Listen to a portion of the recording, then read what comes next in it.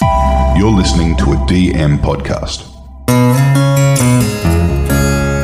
It was as if I sort of stepped outside my body and I was watching somebody else in my space, my spot. And I could nearly see myself sitting in the helicopter there, realising, geez, he's not gonna come out of this too well. As if something, the universe, whatever, had taken me aside out of that, so I didn't have to experience that. This is Centre and all stations in the Charlotte area, flight on 468 King Air. Still breathing okay at the moment. Is it a big property? That blood pressure is not coming up. Flight on 493, understood, thank you. Hi, my name is Lana Mitchell from the Royal Flying Doctor Service. This is a podcast about life in the bush, mateship, courage, and the role that the Royal Flying Doctor Service plays in serving rural and remote communities. This is the Flying Doctor Podcast. My name is Kira Lee Dargan from the Royal Flying Doctor Service, and I'm an Aboriginal woman of the Wiradjuri Nation. This podcast has been recorded on Ngunnawal land and is being broadcast across all Aboriginal and Torres Strait Islander nations. We at the Royal Flying Doctor Service want to acknowledge elders, past and present. The RFDS recognises that this is First Peoples land and always will be. Storytelling is such an important part of society and of all cultures. Going back thousands of years, we've always taught, educated and explained through stories, fables and tales. My guest on this podcast, Greg Keynes, is a storyteller of the bush. He has spent the better part of his life working in or on or over the bush, and with that comes a wealth of experiences and memories that provide great fodder for storytelling in his non-fiction series about the flying bushman. I'm keen to interview Greg as he was a pioneer in the 80s with mustering by helicopter, and that shows the man is gutsy, a big thinker and also a risk taker. It was all okay until it wasn't, and Greg found himself in a crumpled mess at the bottom of a gorge in remote Western Australia. Hello, Greg. Hello, Lana, how are you? Nice to talk to you. Nice to talk to you too.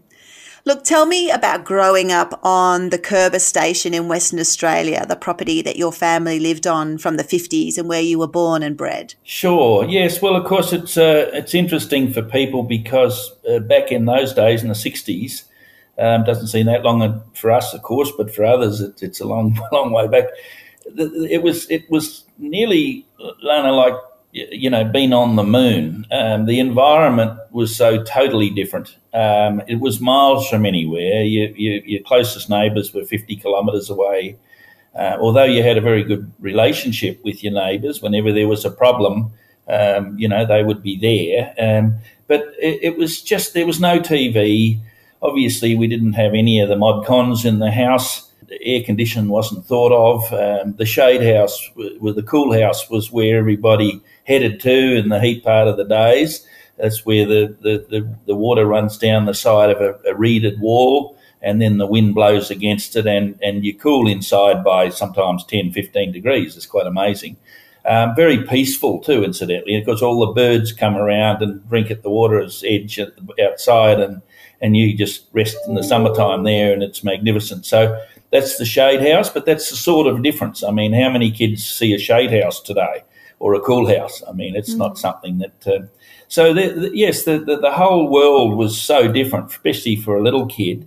I went to boarding school at 9.5 to Hale in Western Australia, and, you know, Dad felt that it was important that, you know, his young man sort of got toughened up, and, of course, boarding school and bullying and all that inclined to do that pretty quickly. But look, as I say, the main difference in coming to terms with that totally different environment, I suppose, you know, you're out as a little kid playing on your pony, you're climbing trees, you're digging for barty grubs with Aboriginal kids, doing whatever you do.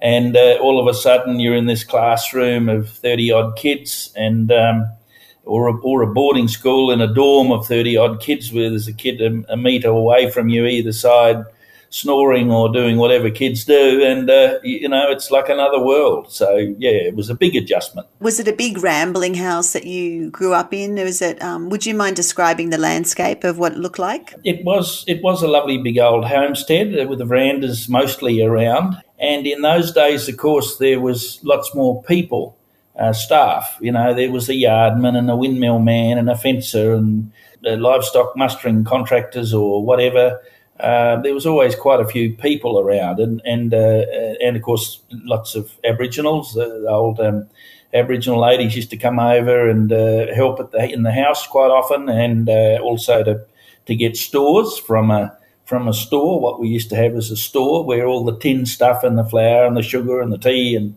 all that was. So they'd come over and line up, and Mum would give them all those things. And the homestead was big, but we were lucky. It was cool, shady trees, grass.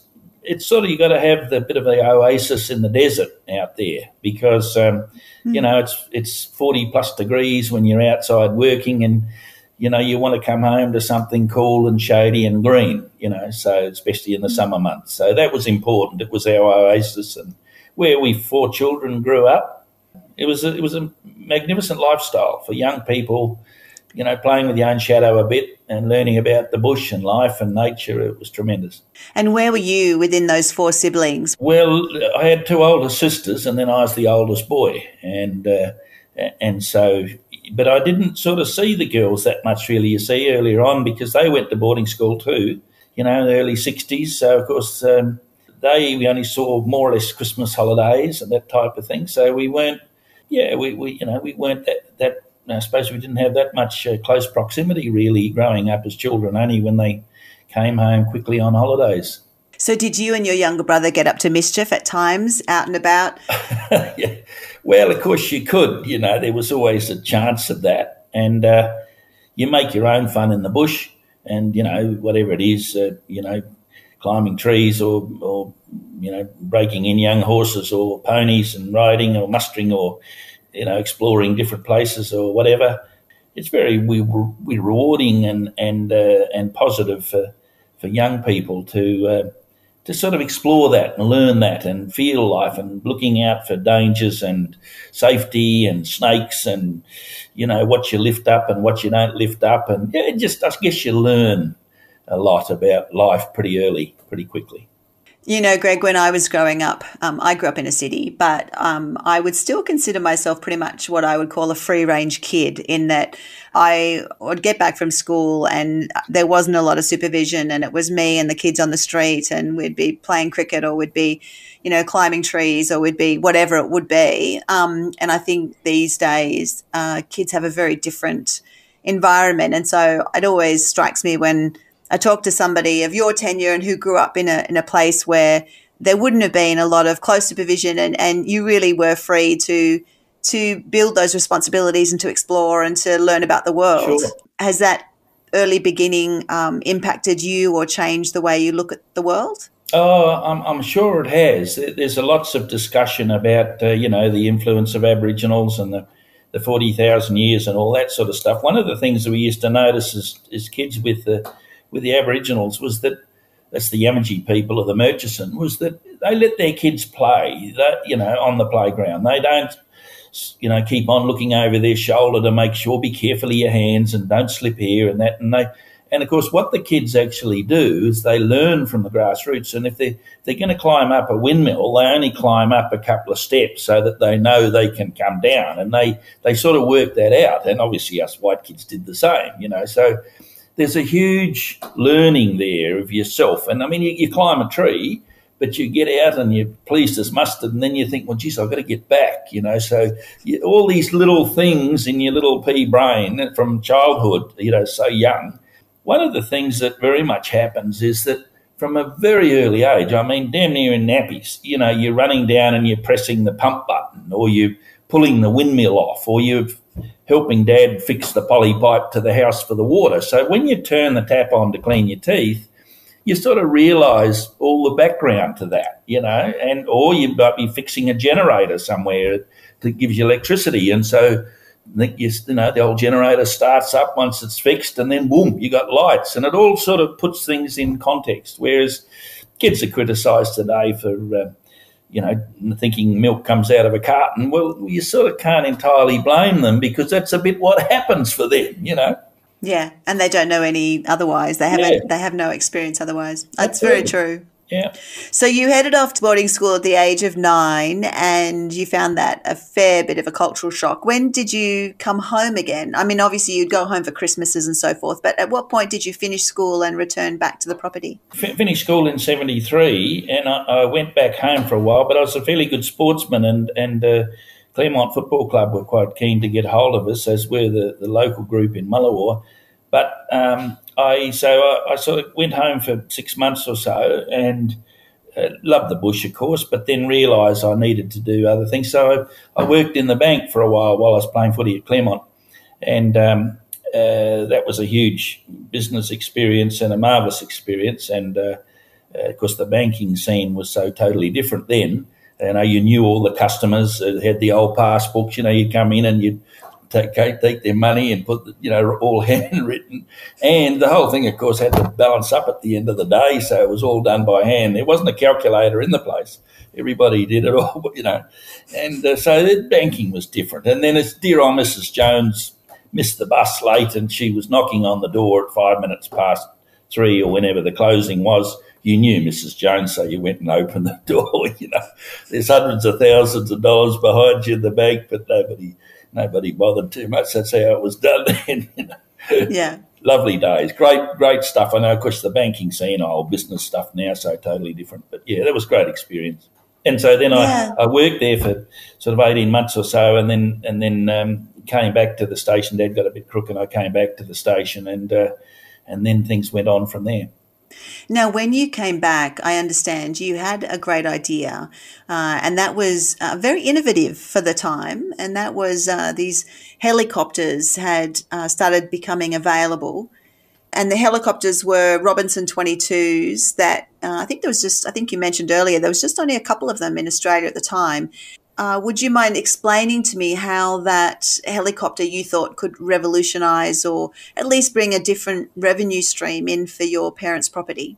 Sure. Well, I mean, you mentioned the revenue stream first. I guess the part that worried me was that we never had enough, financial cash flow, really, with years of drought coming into the property on a regular, constant sort of a basis. And, commodity prices and seasons and all those things. So I was looking at that firstly. I think I realised the figures on the property were with less labour, expensive cost of running, all this sort of thing. The margin was getting squeezed like so many businesses. And, of course, the space and the distance, the area to go and check windmills and service stuff and maintain was, huge cost. So I realised we needed another string to our bow, but also along with that was the realisation that there was getting less labour, less stockmen, people with less stock experience, knowing how to, believe it or not, there is a way to handle stock in a special way, and that takes sort of really years to learn, the same be it a horseman or something else. So there was less and less stockmen, and in fairness, people probably weren't coming as much in the late 70s and 80s, and especially with years and years of drought that we had, people couldn't afford staff. So we needed something else to do the job of mustering. Now, mustering in the rangelands is a very important part of the year, if you like, because that's where you put your stock together and you normally cash up and sell, or you muster for shearing, or you truck your cattle to market, or whatever it is, or your goats, or whatever you're doing. So the mustering is a very important part. And so, of course, if you can't get help and you can't get expertise to help you muster, put those stock in the yard, well, it means you don't get the dollars. So there was, there was a number of reasons why it was so important to consider. And why did you think that the helicopter would work in that way? Because it had never really been done before. So what was your thought? To be honest, I mean, it was always a little bit, until you sort of jump in behind the controls yourself, there's always a little bit of guesswork. But I was very fortunate when I first got the helicopter delivered to me across in Jandicott in WA. Brian, pilot, was a great man, and we became good friends. And I asked him when he took me out for my first joyride, if you like, how's this thing work? We went over the training area, which was just bush, and I said, can you block here? Can you stop? Can you do this? And in my mind, imagining running around a group of wild cattle and blocking up the lead and all this sort of stuff, or pushing them into a yard, whatever just sort of all going through the head. So Brian did a good job of that, and he was a good pilot, and he showed me, what the aircraft could do. And once I saw that, I'd committed myself to buy the thing with a great partner anyway, but that capped it off for me, because then I sort of knew over the bush, we're only 20 foot above the ground, what this thing could do. And the visibility was marvellous in front of the helicopter. So in the 80s, there was some helicopters way further north where they had big numbers of cattle and bigger properties, and there was a bigger cash flow. Helicopters were used more, but down sort of, if you like, south of Broome, in Western Australia, all the way down the coast into the Gascoyne, the Pilbara, the Shark Bay country, all those geographical areas, huge areas, thousands and thousands of square kilometres. They weren't using helicopters, couldn't. It was only fixed-wing aircraft, which effectively were just spotting. They were flying along and saying, Jack, bloke on the ground on a motorbike or a horse or a bull buggy, whatever, on your right there's a couple on your right, just push them forward, whatever. So that's how the mustering was done. But then the helicopter came in, and you could actually put the mob together yourself and nearly push the gate shut in the yard. That's with a skid gear. We didn't sort of do that silly stuff. There was cowboy gear, but you know what I mean? You could if you wanted to, and I think occasionally I'd push the gate shut in the corner of a paddock that needed no blokes were around or whatever. So you could do that if you needed to. That's that inner cowboy coming out of you, Greg. Yeah. So did you end up doing a lot of training to be able to get your licence, and were you well versed? Because I sort of get the idea that you did hundreds of thousands of hours in the end. Well, not hundreds of thousands, but did do thousands of hours. As of course, it's so easy to do when you're mustering. You start off at first light, and it's nothing. You only meant to do an 8-hour day, but it's very, very easy to do a 12-hour mustering day type of thing. And you imagine if you've started mustering at first light and you've got 1,000 head of cattle in hand, this is big bucks for the pastoralist. And, for you to say, oh, no, sorry, my time's up now, I'm going home, bye, it's just not going to happen, is it? Somebody's going to pull a rifle out of the boat, out of the vehicle and put you down. But so that's not going to happen. And you have to, go till you put them in the yard. And many times I can remember shutting down at last light, and the sun had well and truly gone down while the boys were shutting the back gate. But that was just the game, what you needed to do. But can I explain just something rather important? That there's a real misunderstanding, Lana, I think, of what happens in the bush with regard to wild feral cattle specifically, and goats too, of course, wild goats. And that is that people don't understand that these animals are totally preoccupied by looking after himself. So when somebody comes around mustering blokes or a helicopter or fellas on the ground trying to push them together or do things, straight away they flick into look after number one mode. And so people don't realise that these cattle are working ahead of you, kilometres ahead of you, miles ahead, listening to the helicopter or listening to the bull buggies or the motorbikes or even a crack of a stock whip, miles behind them, and they're running up the creeks and out the back, trying to get away, trying to escape. And of they course. don't want to. It's a classic game of hide and seek. It is, absolutely. So sort of timing and everything is so priceless. And even 5 minutes is just the cattle can have that extra 5 minutes to get away and into that rocky country, and too late, Ethel, you've lost them. So it's a constant fight all day until you get them in the yard. Now, did you, as part of your whole training process to get your licence, did you have to do emergency training for if something went wrong? Yes. Unlike a sort of a charter operation for a helicopter, the mustering operation of livestock once you're in amongst the trees is about as exciting as it gets, actually, with your clothes on. The adrenaline pumps all day, and you're only metres, sometimes less, from strikes and trees and overhanging, and you got to get into places and gorges and wind shear and all that sort of stuff that happens. So, and it's a little bit different with the rotary wing aircraft too, because the rotary is moving. So because it's moving and not stationary, it changes and it fluctuates. So with your collective and your controls, you're constantly, it's sort of like a constant jockeying or adjusting. Constant feeling it. You're feeling the machine. So, and then you're feeling it all around these trees and pushing these cattle. You got the eyes. You got watching your blokes where they are. So yeah, it's full on. But yes, these situations and the danger is very high, and that's why I can remember way back in the 80s the insurance. If you don't mind, the insurance premium on a helicopter was 50% of its value in 12 months premium. So that's where the insurance industry, they just didn't want to know us. So after a year or two, I felt, well, look, you've had enough experience now. We'll have to take a bit of a gamble and say, we won't insure, which we didn't, and unfortunately, oh my gosh, when the prang happened, that was it. So when you're in a fixed wing aeroplane of some sort, and if you have engine failure, you can pretty much almost coast or drift, or you've still got wings above you and or next to you, and you can still control that vehicle to a degree. Yeah. But with a rotary, that's not quite the case, because what's holding you up is the spinning. And when the spinning stops, there's no coasting. Or how does it work? Like, what's the emergency procedure if something goes wrong? People do make a bit of a mistake with the rotary wing, in as much as there is an engine failure procedure. And you have to do that, of course, all in your training.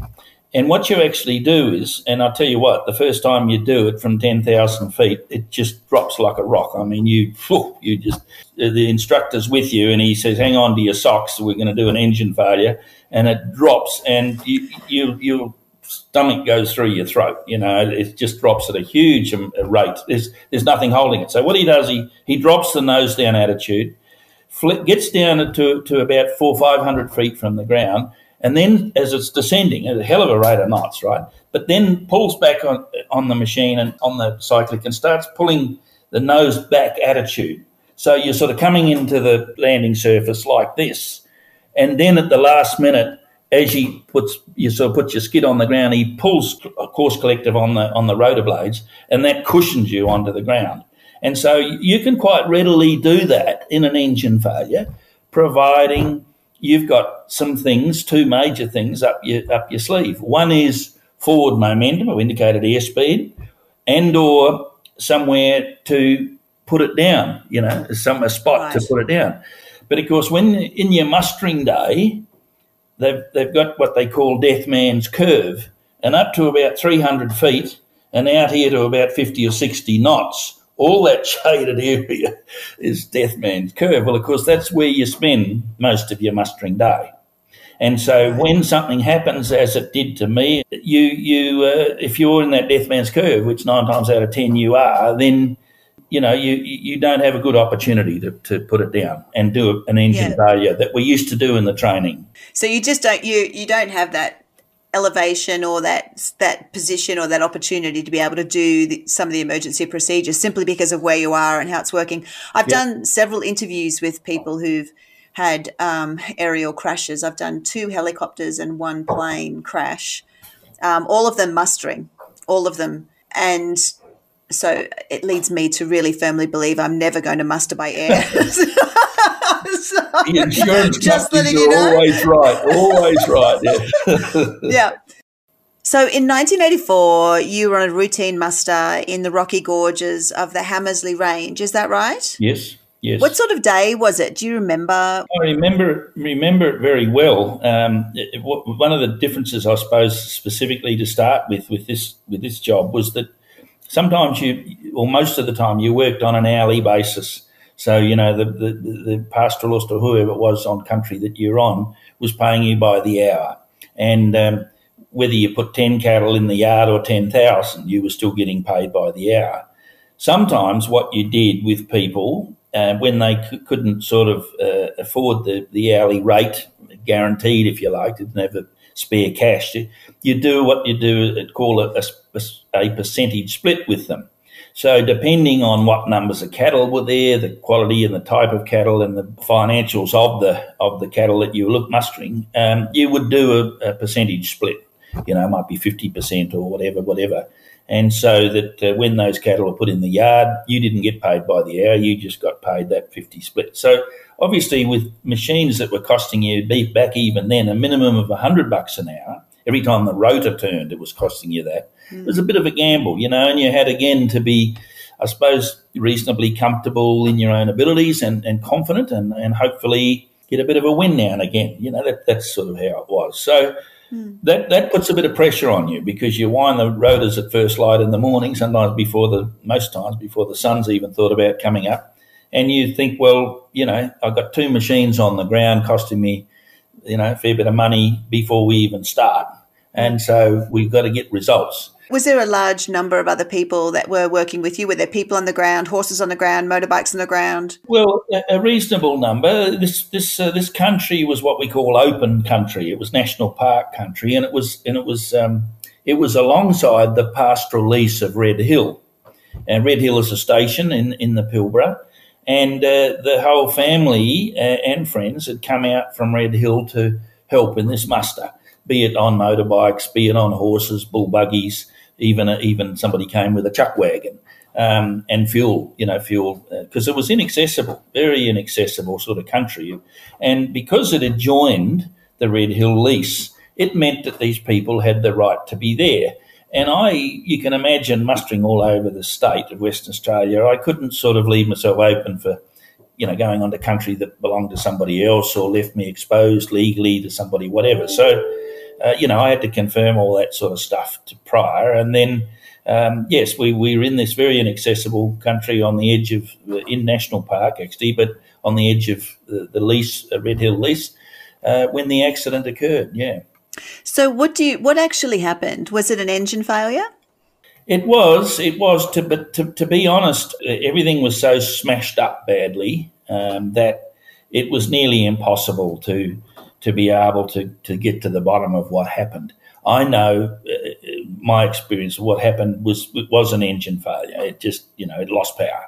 And it lost power at the worst possible place. But they couldn't even find it, would you believe, the Department of Aviation blokes, after they'd dragged me out and everybody had left the wreck site there. They couldn't find it. They took a week to find it. Wow. That's how inaccessible it was. How high were you when you realised there was trouble? About 300 feet. Or maybe a little bit less. But as I said, going back to that business of the death man's curve and where you are in that curve when you have an accident or things go quiet, as they did with me, I was hover taxing. What we were doing, it was near the end of the day, and we had these cattle mobbed up. And what I decided to do was camp them in a gorge overnight. Now, these gorges run, some of them for 20, 30 kilometres, but this one was only 2 or 3 kilometres long, maybe 4. And there was water up the end, and there was sheer cliffs either side where cattle couldn't get out. So my plan was to push these cattle up the gorge. They're relaxed, they got space, they got food and water overnight, they can settle down. And we were just going to camp in the sort of near the entrance to the gorge, which was only sort of a couple of hundred, not even a couple of hundred metres wide, probably 100 metres. And that would have kept the cattle back at their end of the gorge, you see. And so what I was doing, I was hover taxing along the gorge, the side of the gorge, to confirm that there was no places where these cattle could come out during the night and escape. That's what I was doing when things went quiet. And I started flying like a stone. And so, of course, then I thought initially I could get to the top of the gorge that I was flying alongside of, because all very flat surface at the top, beautiful to put down on, and do that engine failure procedure we're talking about. But what I realised was, because I was low and slow and the position I was so I could check the side of the gorge, all as I was effectively going to do was crash into the side of the sheer gorge.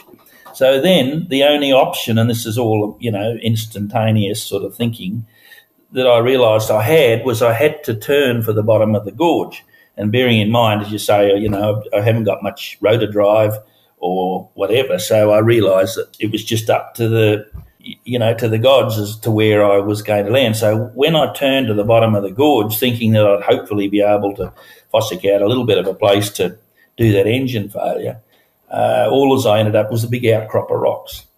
And, of course, it landed on top of them, and that's where a machine that's sort of 3 metres high was crumpled down to a metre high with me inside it. And if you look at the pictures, you can see those, they're sort of 100 feet high, that red gorge behind where they're pulling me out on the stretcher. And obviously, if I crashed into that, well, the whole thing would have blown up. So all as I could do was try to find somewhere. And to be honest, that's where things sort of in my mind went a bit jaded, and I can't remember much more as after pointing for the base of the gorge, because, I knew it was going to get serious from then on. Mm. Now, you mentioned prior to us doing this interview that you had a sort of a near-death experience at that point where things were quite surreal and quite different from what was happening there in the collapsed and devastatedly badly damaged helicopter. Would you describe what you experienced? As I said, going back to just that little space where I turned for the bottom of the gorge, and then just prior the crash, the impact, I can remember, like you see it in a movie, don't you, where you can see, oh my God, that car's going to hit that concrete wall or whatever. Well, just prior that point, it was as if I sort of stepped outside my body and I was watching somebody else in my space, my spot. And I could nearly see myself sitting in the helicopter there, realising, geez, he's not gonna come out of this too well. And then I do vaguely remember the impact, the huge jolt and the noise and the smashing and the breaking and everything, and I vaguely remember that. But it was as if something, the universe, whatever, had taken me aside out of that, so I didn't have to experience that, and put me over here alongside, and I was witnessing. And then the next thing I realised, the next thing that came to mind, if you like, was I was in this beautiful space. Everybody and everything seemed to be in white, and there was the communication. Nobody was talking, but everybody knew what everybody else was saying. Does that make sense? It does. Now, I'm going to say things that are hard to put into words, but, perhaps we just sort of try to think about them and think them through a little bit, because truly this is not a place that any of us have ever been to be able to explain in words. This is another place, completely. But what impacted me when I first got into this place, if you like, was the beautiful peace, respect, loving, caring sort of a place. It was as if I was on a conveyor belt and I was getting drawn towards this person, which I assumed was Jesus. And, I couldn't sort of see, there was a huge, very, very bright light coming from him. And all as I could see, very, very, very huge, strong light, like a rabbit in a spotlight, I suppose. Mm. I could see the robe over the head and these other people around, but they were just, doing their thing. And I was just like on this conveyor belt, getting drawn closer and closer to this being. All as I can remember was the mantra that I had in my mind, bearing in mind I was 24 years of age at that stage. I kept on saying this mantra, and it went something like, I don't want to go. I don't want to go. I got too much to do. I don't want to go. All along, the environment and the atmosphere and everything was just beautiful. It was peaceful, loving, caring. So it had a very profound effect on you.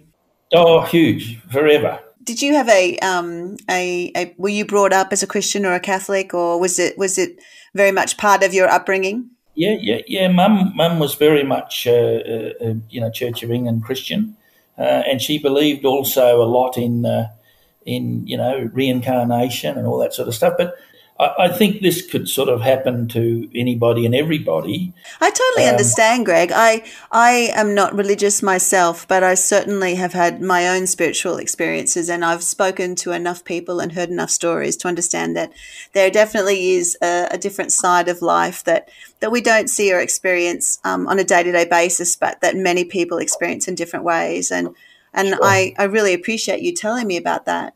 When did you come back to to the reality of being inside that helicopter? Did something jar you or bring you back to that moment?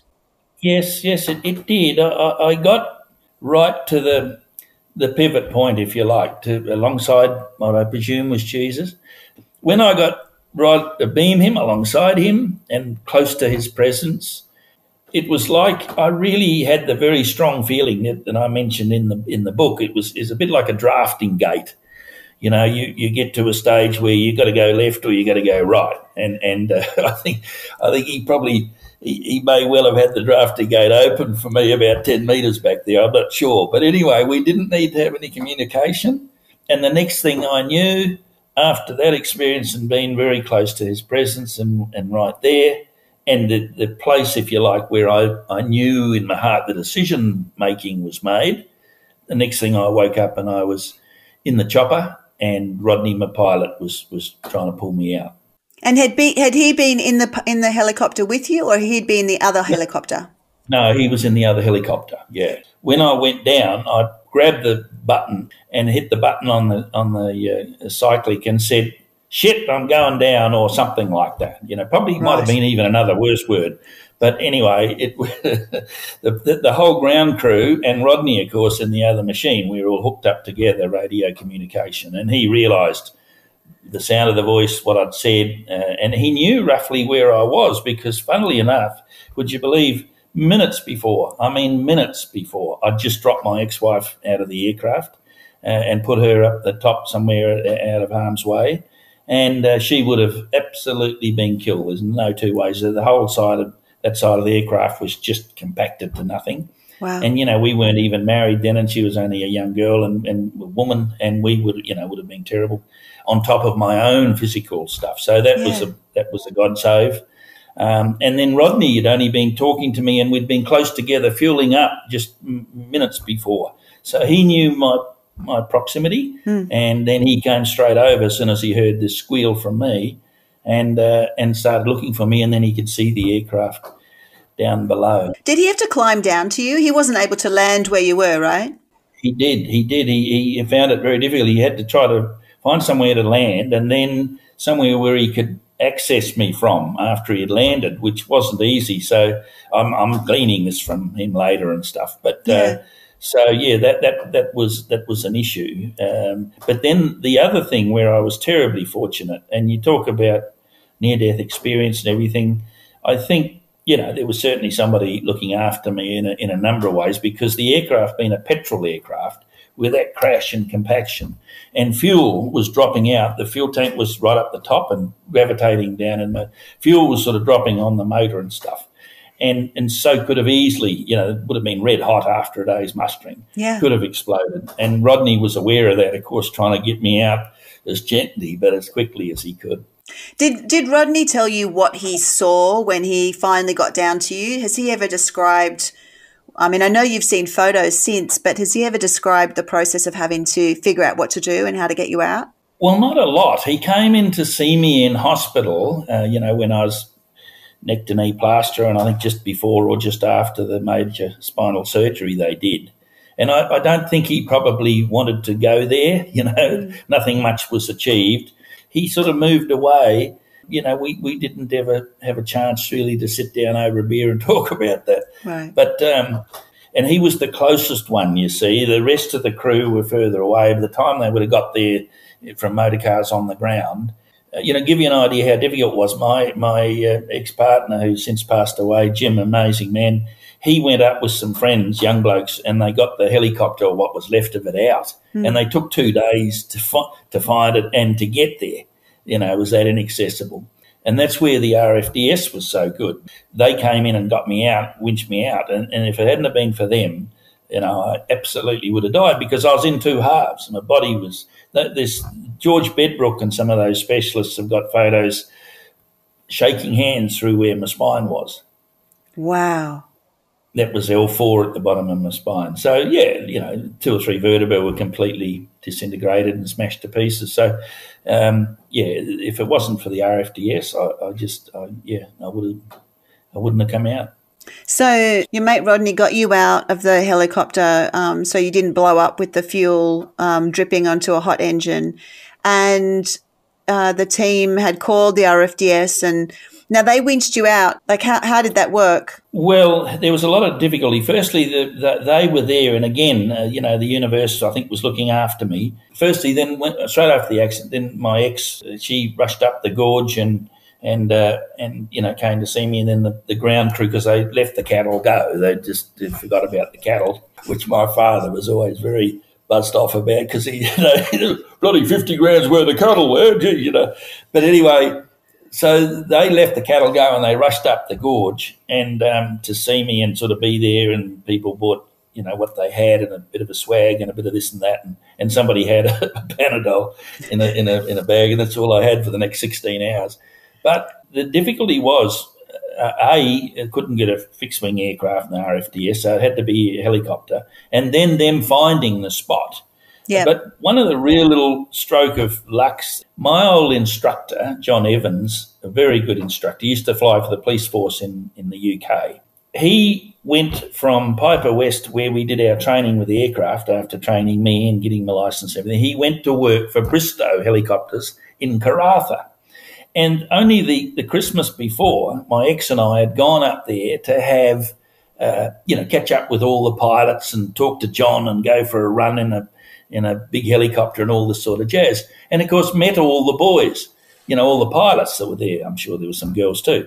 But met all the pilots. Well, because as soon as they heard on the RFDS, hey, there's this accident, Greg Keynes has gone down. Jesus, we know him, type of thing. I'm sure a bit of that would have happened. So it was tremendous of them then to grab a 206 from Bristow, grab the Royal Flying Doctor, and a nurse. I don't think there was a nurse there from memory, the doctor, and then rushing out to pick me. But they couldn't find me very readily, as you can imagine, right in the middle of this country. So Rodney, again, had to go up with his aircraft, that was fine, of course, to guide them in to where I was. Wow. And then they could pull into the top of the gorge and manage to find a spot to get down, with a stretcher and all that sort of thing, and the doctor, and that's when they came and he said, when I said to him, my legs, I can't feel my legs, he said, that's not a good sign, and he pinpricked and did all the stuff they did, and then we knew things were pretty serious, So they flew you, they winched you out, then they got you into a fixed wing plane, and they got you to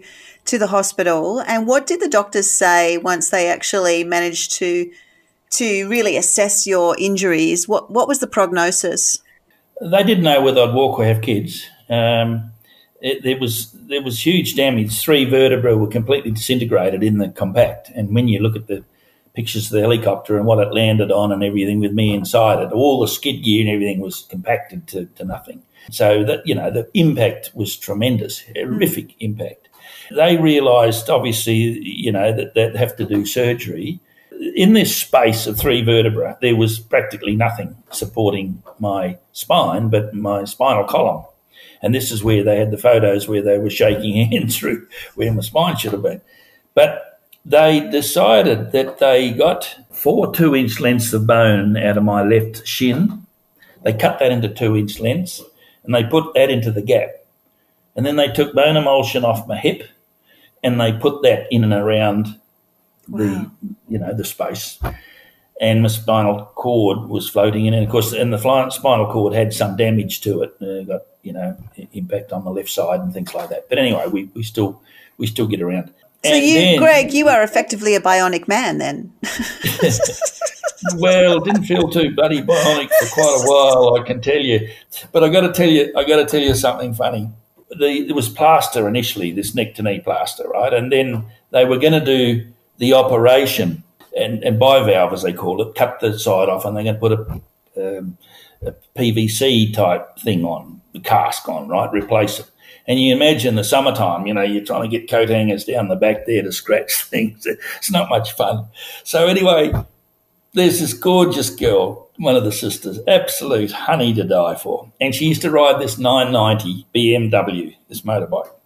And, every young guy's dream. And she was just a gorgeous, gorgeous girl, lovely. Anyway, we had a plan that when this bivalve operation was done, that she was going to be the girl to wash me after, you imagine having this plaster on for months, you see. So this deal was all, it was all set up, right? And I didn't know. I was thinking, Jesus, how am I going to react when this gorgeous girl starts giving? Anyway, the morning comes, they do the op, they wheel me in, looking for this young girl to come with a bar of soap, and this young bloke walks in, and he was the only. He was. And I know you got to be politically careful about these things nowadays, but he was the only member of the turning team that was confessed gay, which was back a long time ago, and in 84, and we didn't mind. I mean, he's just the same as anybody else, but. It didn't, in comparison to this young girl who was going to do what she was. It was a very disappointed 24-year-old. It was a bad. It was. I can tell. I can tell. 40 years later, you're still disappointed. Look, the heart still hears. Yeah, no, but he was a great kid, and I just said to him, "No, mate, my arms work." I said, "That's all right. I'll do what I need to do." Thanks. Now, Greg, you obviously have recovered. We're now 40 years on, and you walk and talk, and you look obviously like the rehabilitation has worked over time.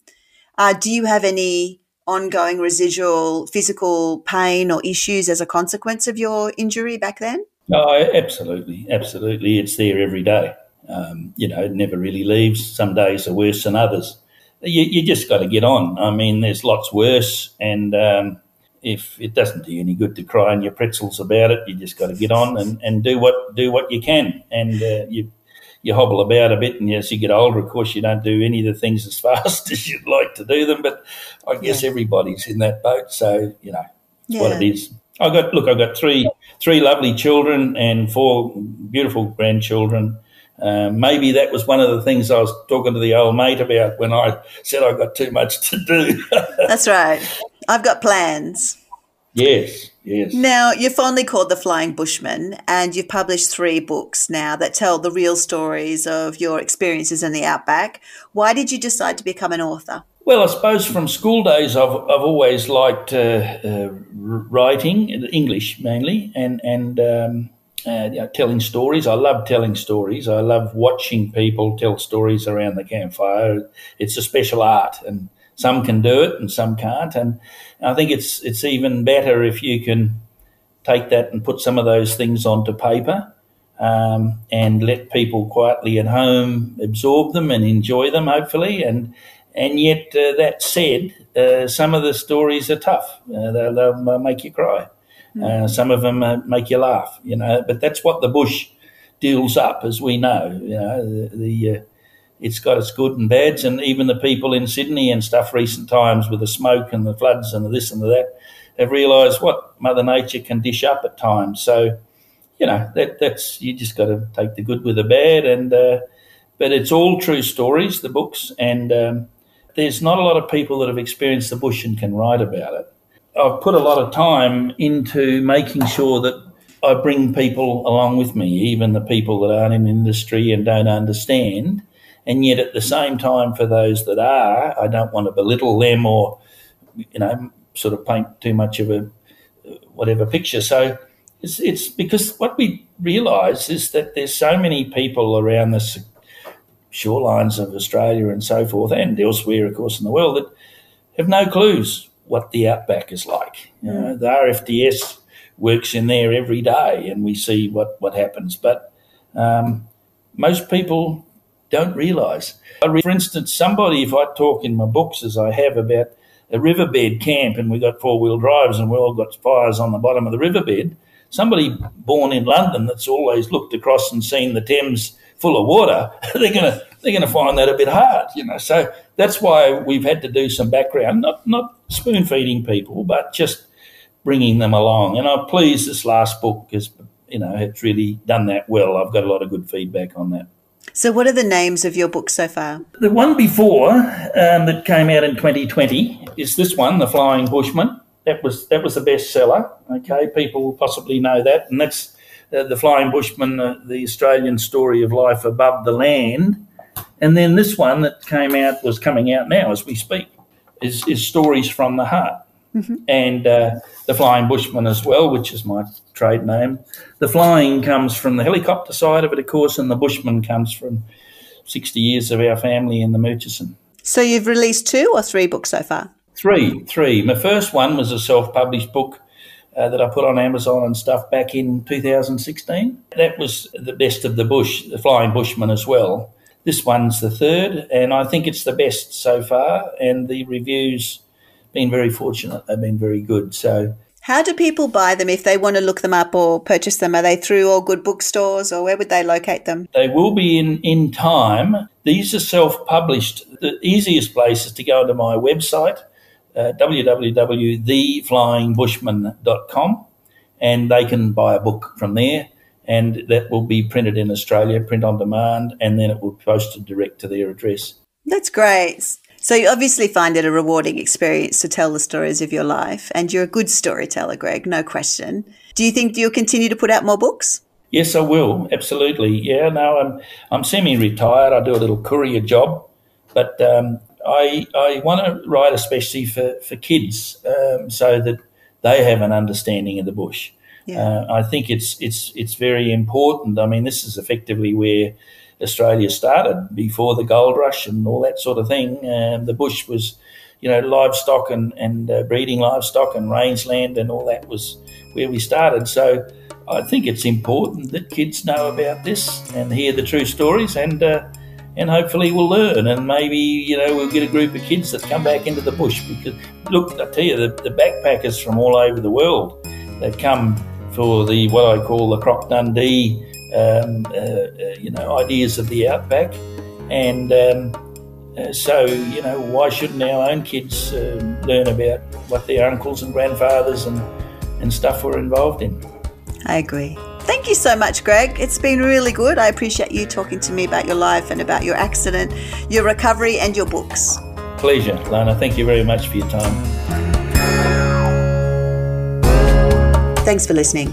Word of mouth is always the best promotion for a podcast. So if you enjoy this podcast or a specific story, please share with family and friends.